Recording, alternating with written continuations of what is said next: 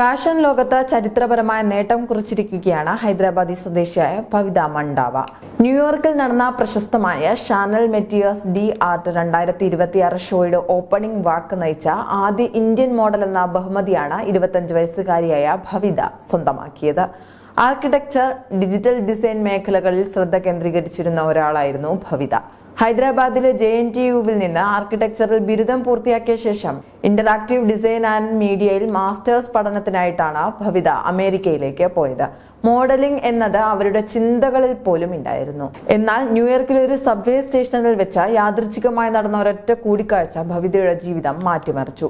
Academic രംഗത്ത് മാത്രം ശ്രദ്ധിച്ചിരുന്ന ഭവിതയെ കണ്ടെത്തിയത് പ്രശസ്ത ഫ്രഞ്ച് ബെൽജിയൻ ഡിസൈനറും ഫാഷൻ ലോകത്തെ പ്രശസ്ത വ്യക്തിയുമായ മാത്യു ബ്ലേസിയാണ്. ജീൻസും ടീഷർട്ടും അണിഞ്ഞു നിന്ന ഭവിതയുടെ സ്വാഭാവികമായ വ്യക്തിത്വത്തിൽ ആകൃഷ്ടനായ ബ്ലേസി അവരെ നേരിട്ട് സമീപിച്ചു. തുടർന്ന് ദിവസങ്ങൾക്കുള്ളിൽ കാസ്റ്റിംഗുകളും ഫിറ്റിംഗുകളും അടങ്ങുന്ന അന്താരാഷ്ട്ര ഫാഷൻ ലോകത്തേക്ക് ഭവിത എത്തി. ബ്ലേസിയുടെ ബോട്ടേക വെനീറ്റ ഷോയിലൂടെ എക്സ്ക്ലൂസീവ് മോഡലായും അരങ്ങേറ്റം കുറിച്ച ഭവിത പിന്നീട് ന്യൂയോർക്ക്, പാരീസ്, മിലാൻ, ലണ്ടൻ എന്നിവിടങ്ങളിലെ പ്രമുഖ ഫാഷൻ വീക്കുകളിൽ റാം വാക്ക് ചെയ്തു.